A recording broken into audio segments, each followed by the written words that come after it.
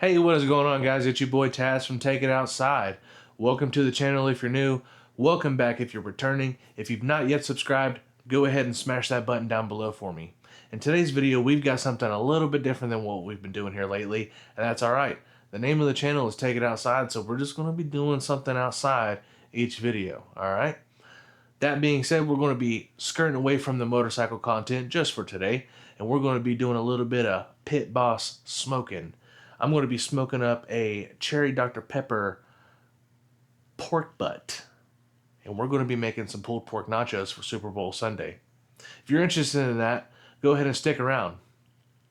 That being said, I am still doing my Go Fast Thrash and Supply stealth gloves. The rules for that giveaway is going to be in the description down below. Super simple. In a nutshell, basically all you have to do is like, subscribe, and comment on the video. Let me know what you think of the video, the content, how the channel's going.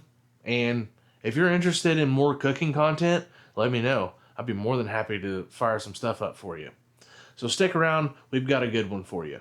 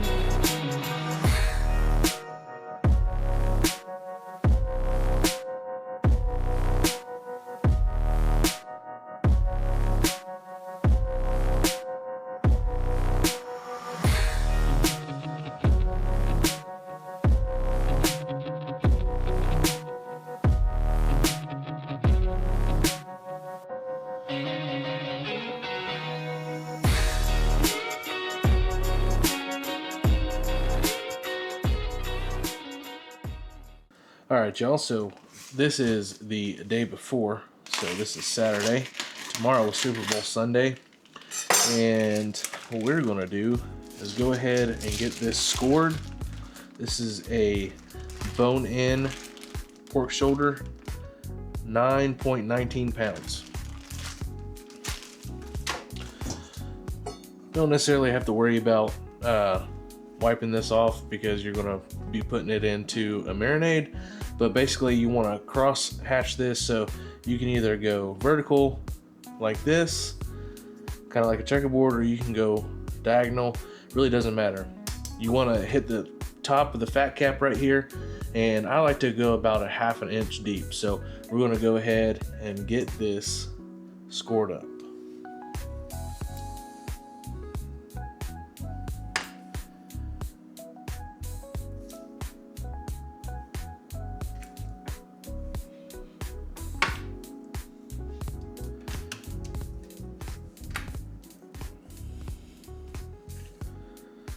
Alright, so as you can see, we got nice little cubes here. Go a little deeper right here. Boom. Like that. Now, from there, all we're going to do is I am going to put this, well actually, I'm just going to put this straight in here. I originally was going to do fat side down, but wouldn't really make much sense. So from there, I'm gonna go ahead, deglove. We're gonna fill this bad boy up. Cherry Dr. Pepper.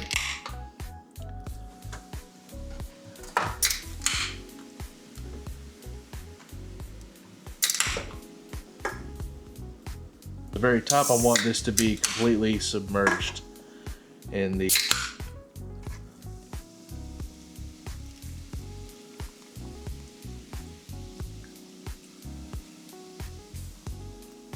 Alright, so that took 5 12-ounce cans.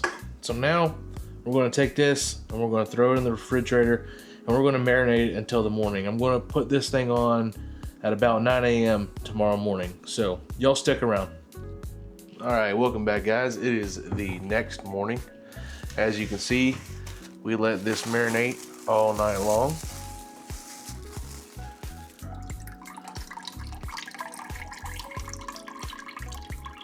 I did end up adding one more of the cherry Cokes. Or cherry Dr. Peppers, sorry. Just gonna go through, pat this down a little bit.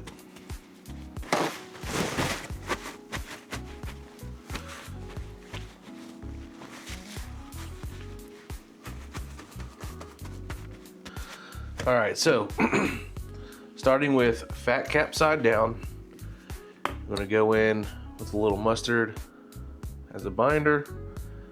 You don't gotta get too crazy. Just a nice thin, even coat. Make sure you get your sides.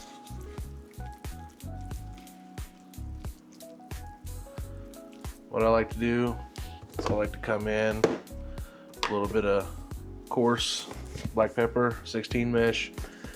You can get this online, or I got this at my local academy. This right here, you don't have to go too crazy with. It's just going to help form that bark and give you a little bit of a crunch. Today I'm going to be trying out this Kinder's Black Cherry Chipotle rub. And this is the part where you want to go super heavy with the seasoning. The main rub is what you primarily is going to be tasting.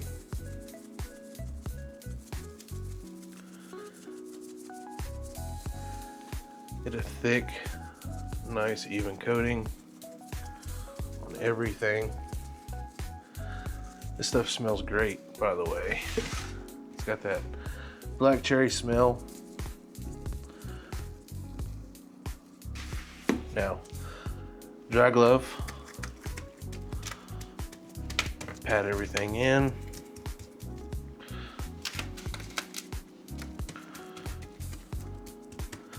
Patting it in just kind of helps it make it stick, and then I like to just go over one more time.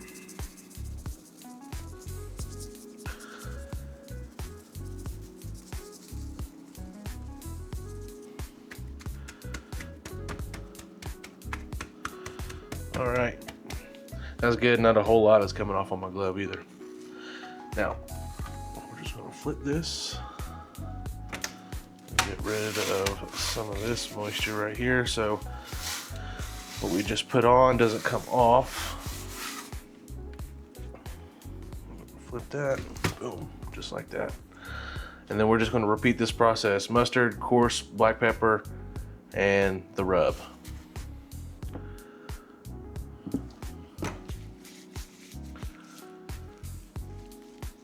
Here you want to make sure you get inside them slits.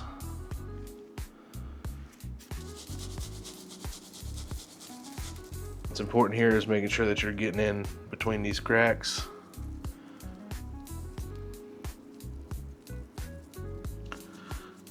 At the top of your sides like you did on the back side.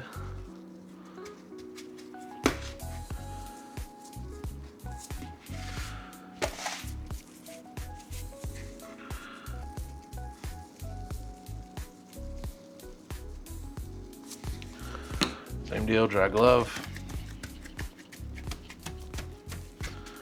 Go ahead and repeat this process. We got a bunch of moisture right here.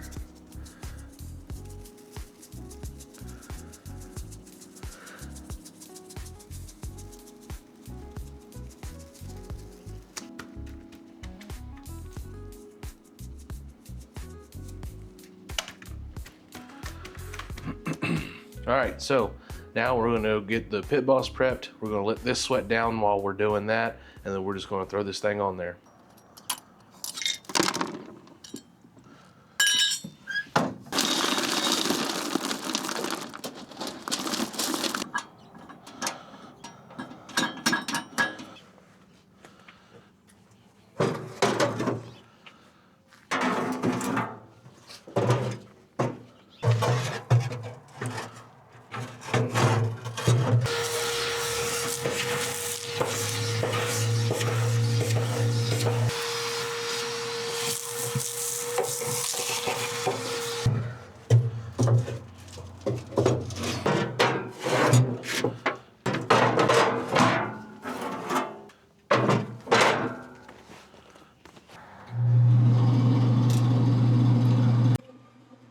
right, so you just watched me pull out my old pellets, which were hickory, and then clean out your pit boss. That's always very important, but this is even more important.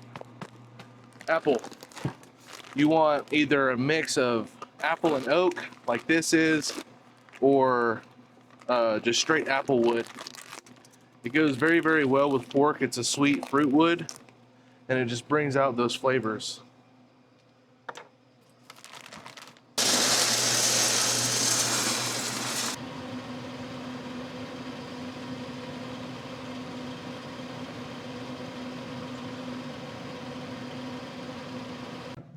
All right, y'all. So we are going to set this to 250. We want an internal temp of no less than 225.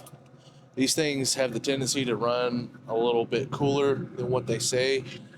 That's why I got me one of these handy dandy, probably can't tell, but it is a oven thermometer, and it tells me the exact internal temp. So we're going to shut this down, let this get up to temp, and then we are going to bring the butt out here. It's almost done sweating up. I'm making some coffee, but once it gets done, that gets up to temp, we're going to toss it on the pit. The sun's a little bright, but as you can see, we are sweated in real nice. So we are going to go ahead and get this thing thrown up on the pit. Alright, so our internal temp is sitting at right about 225, which is where I expected it to be. One little trick that I like to do is I like to take this top grate, place it here so I can take my meat, place it on top of there, and then throw it into the rack altogether. One thing to remember, probe. This is the Temp Spike Pro, completely wireless, goes straight to my phone.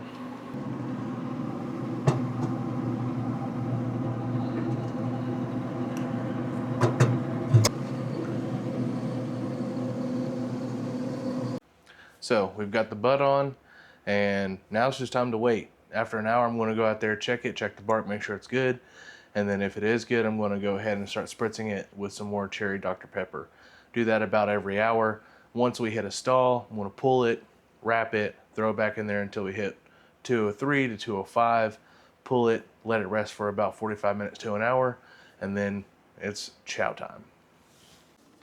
All right, so if you're still following along, we are at about just shy of the 2 hour mark. I had to bump up my temperature a little bit. It's pretty cold outside. I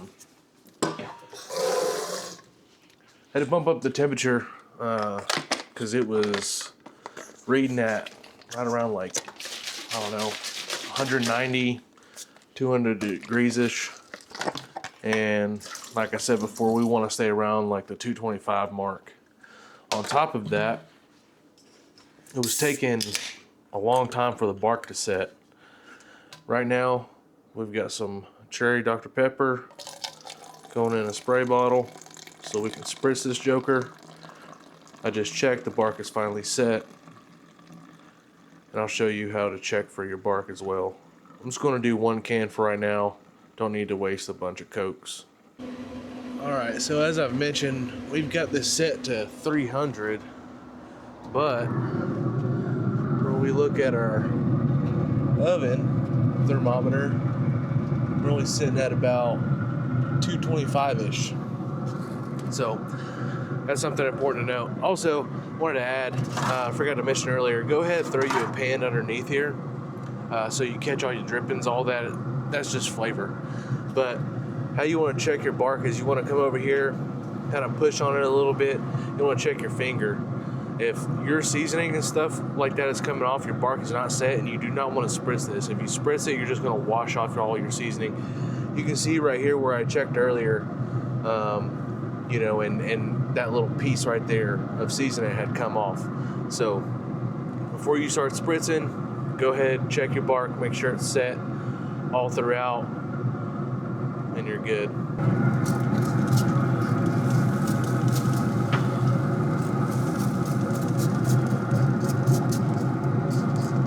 Now that that's set, we're going to come out here about every hour. We're going to be keeping an eye on the internal temp, and then we'll spritz about every hour until we hit a stall, anywhere from like 165 to 175.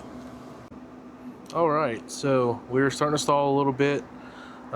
Sitting at about 160 for probably, I don't know, maybe like 10 or 12 minutes, and then it jumped up to 162, so I let it go, and it's been about another 10 minutes or so, and it's just not moving from 162. So I'm going to go here, cooking graph. As you can see right there, we're at about 6 hours and 40, I don't know, that'll zoom for me, but 6 hours 43 minutes. So we're going to go ahead and pull this off.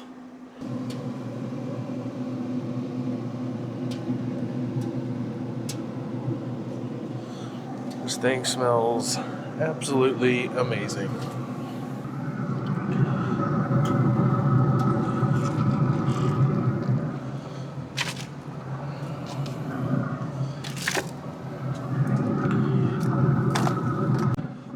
All right, so from here, I'm just going to take some more Dr. Pepper. Actually going to use what's left of this bottle and just throw it in the bottom here so we're not wasting.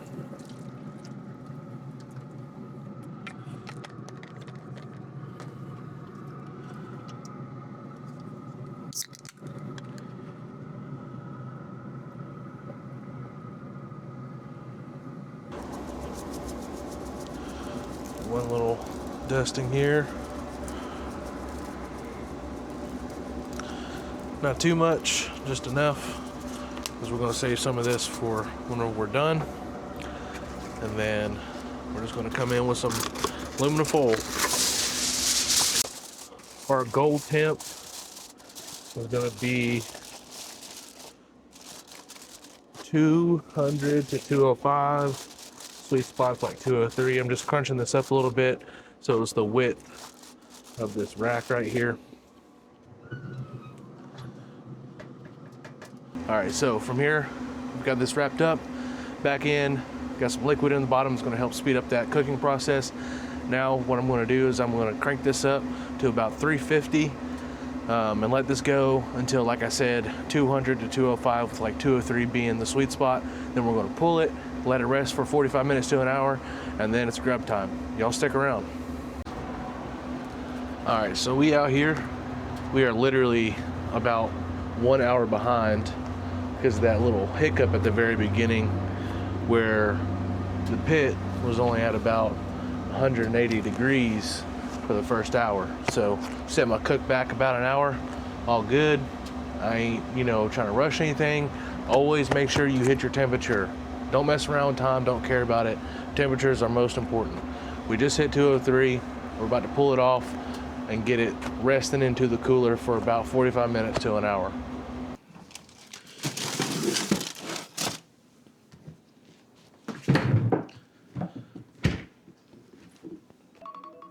All right, y'all, so that's my alarm. It's been an hour. We ready to pull this pork out and start pulling this pork. So I'm about to get this thing up out of the cooler. I'm gonna set it over here and we're gonna shred this thing up together.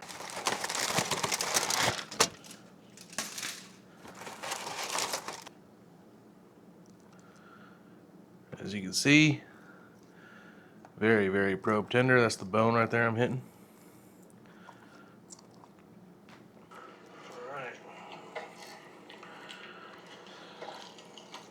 Nice clean bone.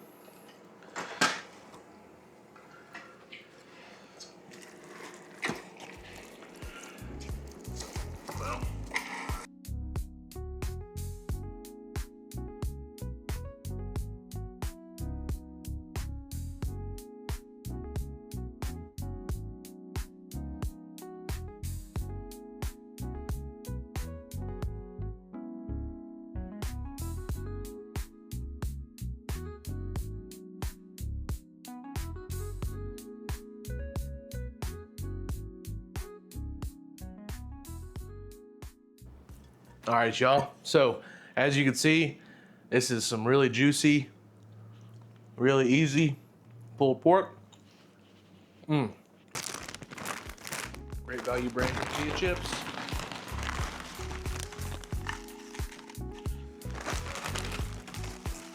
With a base of that Mr. Poncho's.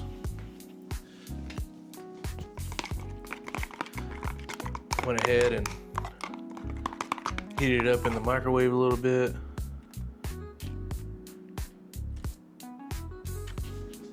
Now, I'm gonna go in some of that pulled pork.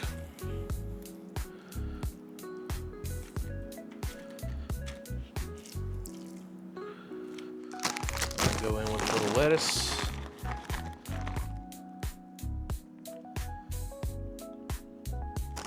Black beans.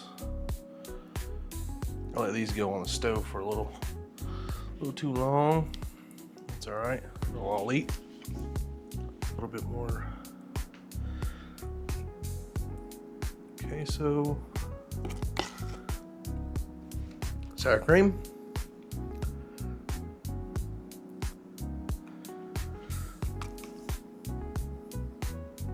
a bit of smoked jalapeno.